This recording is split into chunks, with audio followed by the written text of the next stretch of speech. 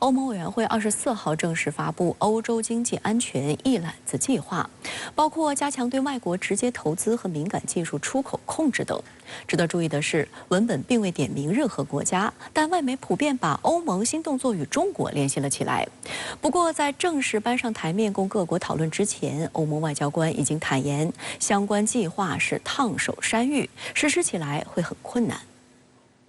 根据欧委会发布的新闻稿，欧洲经济安全一揽子计划涵盖出口管制、投资审查、贸易保护和产业战略4个核心领域。尤其在前2个领域，将推出详细的措施与规则，对涉及高科技领域的欧洲出口和双边投资施加更为严格的监控和限制，以阻止外国获取欧洲的所谓战略性资产。计划草案还特别关注具有军事用途的产品出口管制，指出欧盟机构将提议设立一个基金，用于促进军民两用技术的开发。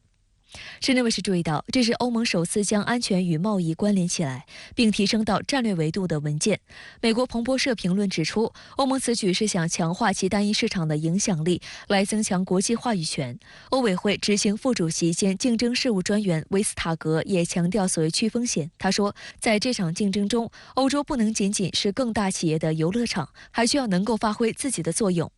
欧洲新闻电视台在报道中指出，欧委会此次提出的新举措没有法律效力，只是为了收集各成员国的反馈，而欧委会为该机制设想了一个漫长的公众咨询和证据收集路线图，至少要经过2年的谈判，这意味着该机制最早要到2027年底才能实施。尽管此次公布的欧洲经济安全一揽子计划中没有提及中国，但不少外媒认为，这份文件与欧方去年提出的去风险保持一致，塑造中欧关系的意图明显。尤其是其中提到的机器人、生物技术以及航空航天等关键行业，都是竞争激烈的领域。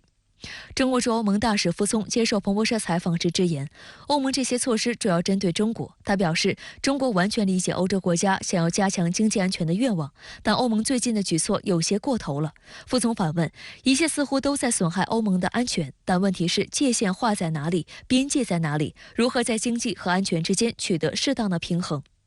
外交部发言人汪文斌25号在例行记者会上也对欧盟的保护主义和单边主义抬头表示担忧。这事关欧盟在国际经贸领域的形象，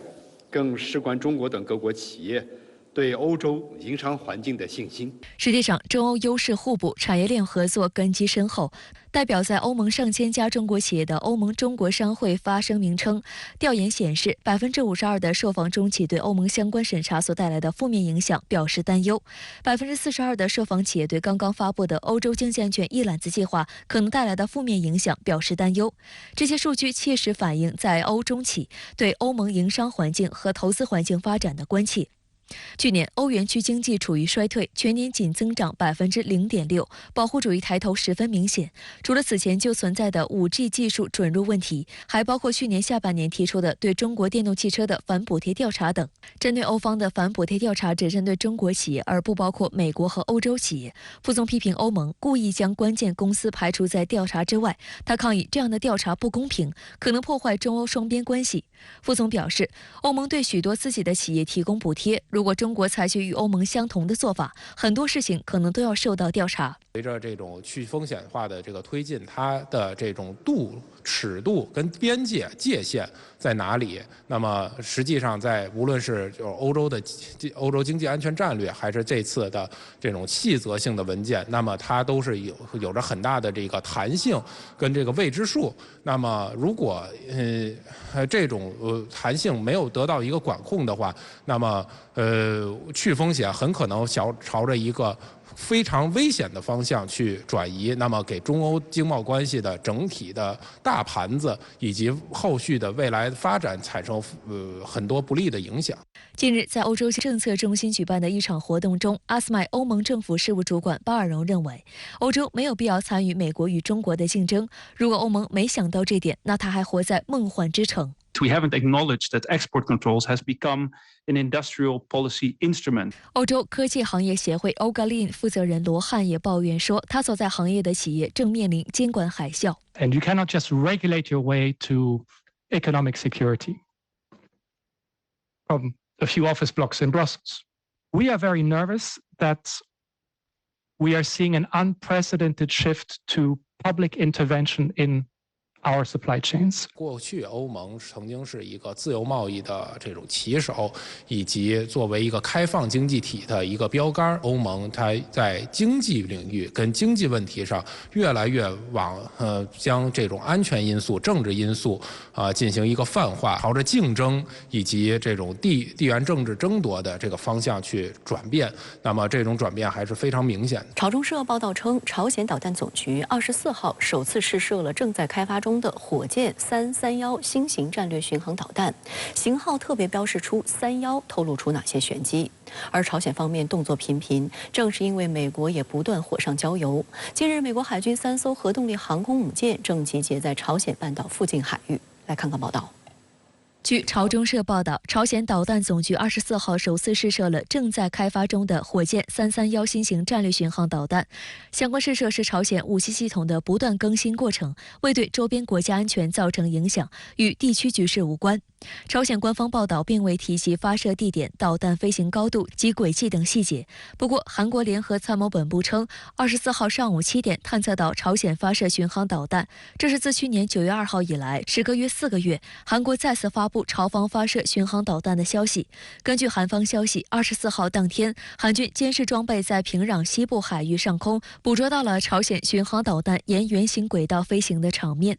韩军推测，此番朝鲜试射的火箭331可能为远程战略巡航导弹箭矢系列的改良版。从朝中社发布的相关图片来看，火箭331的外形接近于箭矢1。据推测，箭矢1的最大射程为2000公里，短于箭矢2。而此次朝方发射的火箭331巡航导弹飞行距离短于历次发射的巡航导弹。此外，火箭331与现有箭矢系列导弹一样，能携带火箭31型战术核弹头，名称中的31可能代表导弹携带火箭31，就是可以突破这个导弹防御系统，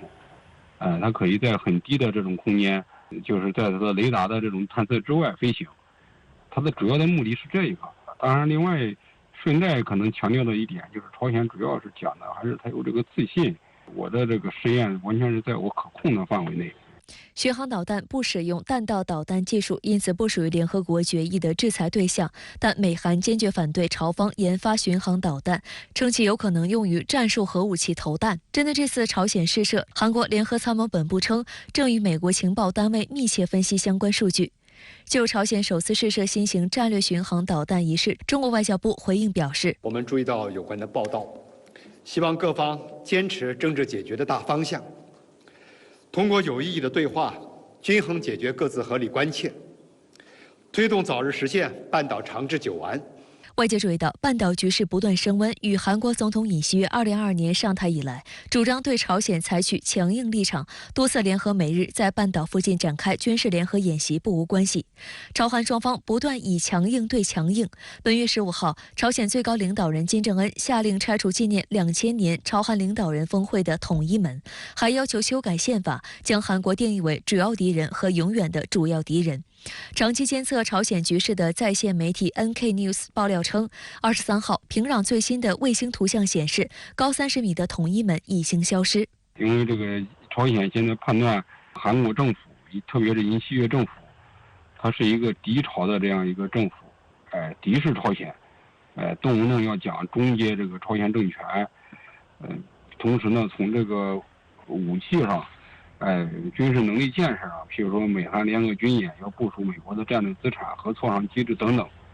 他认为呢，韩国呢也不仅是这么说的，也正是这么干的。那么既然这么干，我还跟你谈什么统一啊？我还跟你谈什么对话、和解、合作呀？所以从朝鲜的角度呢，